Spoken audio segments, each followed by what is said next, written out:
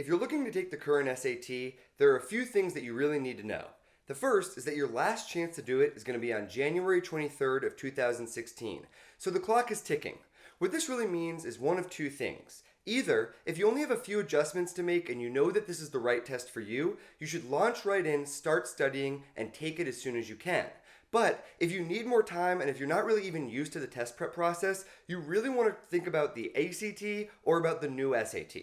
One of the keys to a good test prep program is that you give yourself enough time. You need consistent study. So rather than kind of doing some crazy boot camp where you're doing 4 hours a day for a week before the test, which never works, you want to make this light and easy on yourself and also tap into the way that your brain really learns. That means light, consistent effort. So if you can do 20 to 40 minutes a day over the course of 6 months, that's way, way better than doing 5 hours a day for 2 weeks before you take the test. So the best thing that you can do is grab a copy of the Blue College Board Book for the new SAT, grab one for the old SAT, and compare. And just ask yourself, am I really, really into the old version of the SAT that's phasing out? If you see that you have some massive competitive advantage, if you really like the questions better, if you're more comfortable with the content, if everything seems way easier to you, then take the old SAT, but make sure you start studying immediately and start studying consistently. Otherwise, you're going to want to go for the ACT or the new SAT.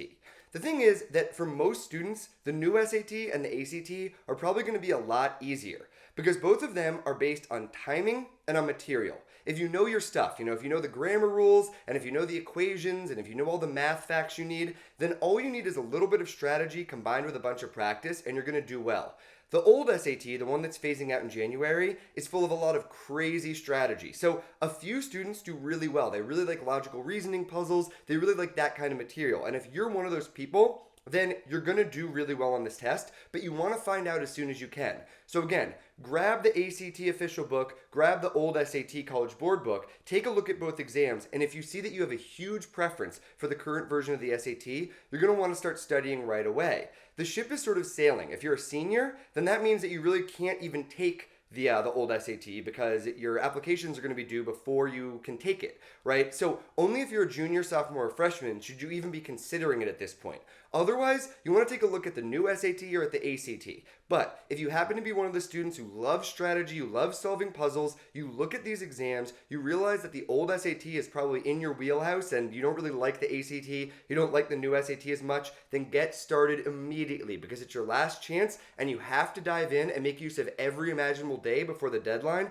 if you want to get the best scores possible.